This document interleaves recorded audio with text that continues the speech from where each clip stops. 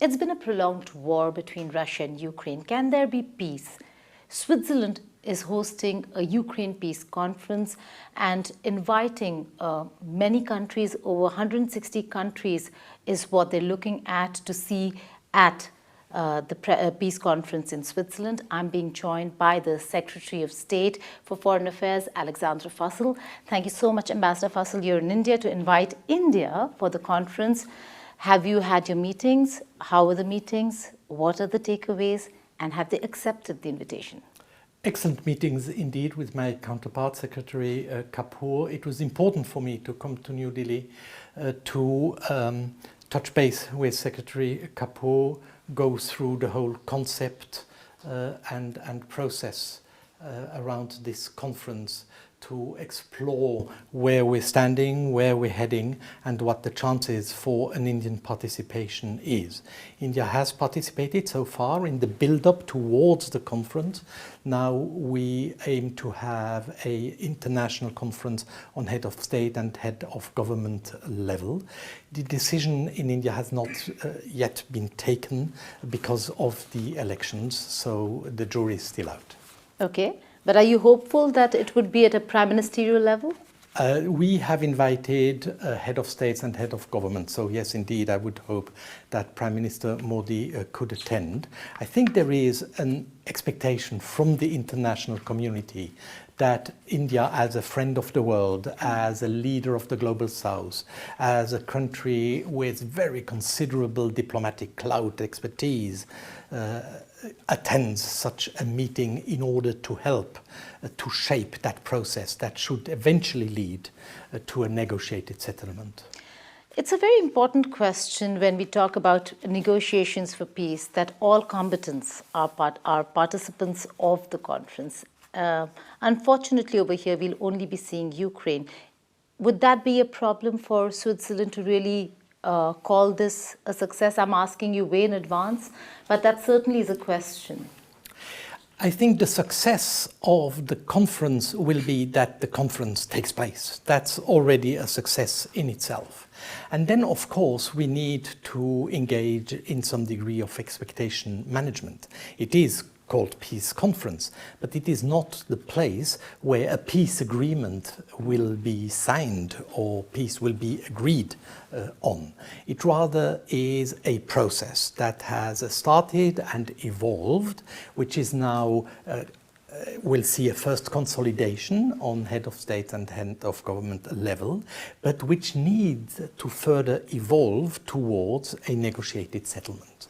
So what the conference wants to do is to chart the course, give a framework for such a further progress, and chart a roadmap towards the implication and participation of Russia in a peace process. Do you envisage a time where you will actually see, maybe after this conference, actually see Ukraine and Russia come to the talking table, and this could be the start of that?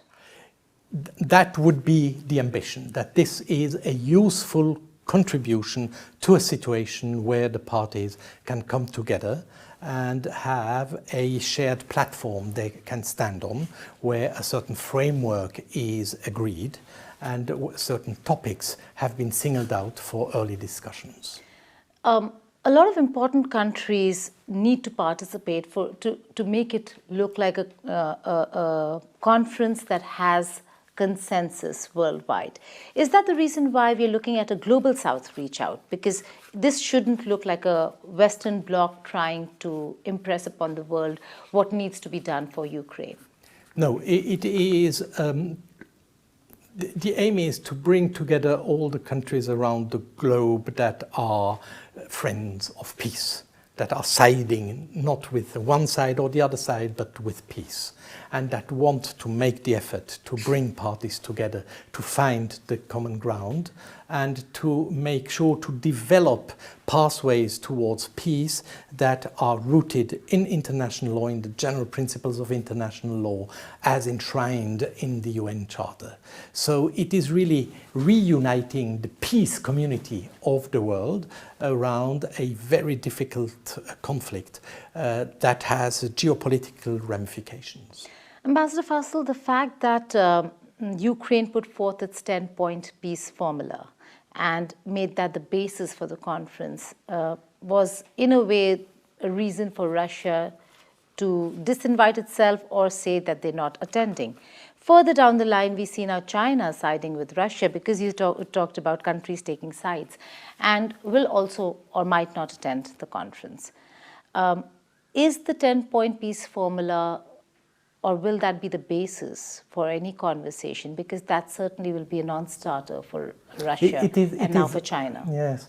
It is broader than that. It is broader than that. In the genesis, you're right. It comes from that side. But in conversations held so far in a diplomatic process that predates this summit that will come, the situation has evolved.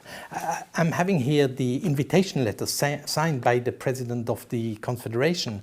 And allow me to quote, "This summit will be built on discussions that have taken place in recent months, notably the Ukrainian peace formula and other peace proposals based on the UN Charter and key principles of international law." So it is broader than that. In the conversations that Switzerland as the host and other countries would be carrying out in Switzerland, is withdrawal from all parts that are taken by Russia a prerequisite? Because if that is again a prerequisite, in all probability it will be a non-starter for Russia. We are not at all at that stage in the process. The parties are at war. They are not negotiating where questions of that kind are being discussed. What we are trying to do, and what we will do in Bürgenstock, the conference venue, is to take a subset of questions that pose themselves and can be addressed even by warring parties without foregoing their strategic objectives in war. We call that strategic disengagement. So can there be questions that can be taken out of a conflict and being dealt with while not impacting the conflict negatively in the strategic aim and objective of either party? And so those are topics such as nuclear safety and security, freedom of navigation and food security, and humanitarian questions such as exchange of prisoners of war and the like. So those are the type of questions that will be addressed in the conference, which are questions that need to be discussed and promoted now and can be discussed now. Ambassador Fasel, in terms of an outcome, what is the outcome that Switzerland is looking at and looking for? Is there a draft that you're looking at? Is there a few steps forward from here on that that Switzerland is looking at? Yes. There again, if I can quote from the invitation letter, when we say, so the overarching objective of the summit is to inspire a future peace process. And so it's not the event, it's not that event that will produce peace, but it's that summit that will start a process or solidify a process that had started. And to achieve this, we aim to provide a platform for dialogue on ways towards comprehensive, just and lasting peace in Ukraine based on international law and the Charter. So the platform, promote a common understanding of a possible framework to reach this goal, because this goal, everybody agrees that peace needs to be a reality and needs to be rooted and steeped in international law and charter, but how you go about things to attain that goal.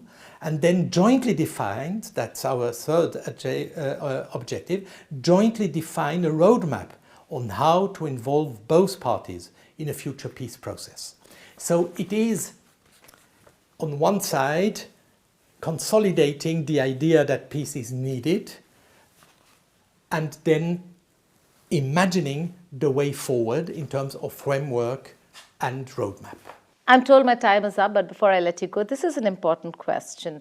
How important is it to have India, the Indian Prime Minister, be there, present there, be visible in the photo ops and the visuals, not just for optics, but for substance as well? How important is India's participation for the summit? for the conference. Very important indeed. And as you suggest, not only for the photo op, but to contribute in the plenary sessions and in these discussions amongst the head of states and head of government. Because India plays a very important role in the international community as a country that is friendly with everybody, as a country that is the leader of the global south, as a country that has diplomatic clout and expertise. So there is an expectation in the international community that India comes along and helps to produce that shared of common purpose we need to have around this situation. And then bilaterally as Switzerland, we need our friend at our side in this very difficult process. We just celebrated the 75th anniversary of the Friendship Treaty, so we trust India. We know about India's clout, influence, intelligence, wisdom, and now is the time we need them really. And finally, in terms of participation, is China also as important? China is very important indeed, has been invited, like all the big states. So we need a very good representation of the global south to show precisely that peace is of global importance and needs to be dealt with by the entire world community. Ambassador Alexandre Fasel, thank you so much for joining us here on this network. Merci.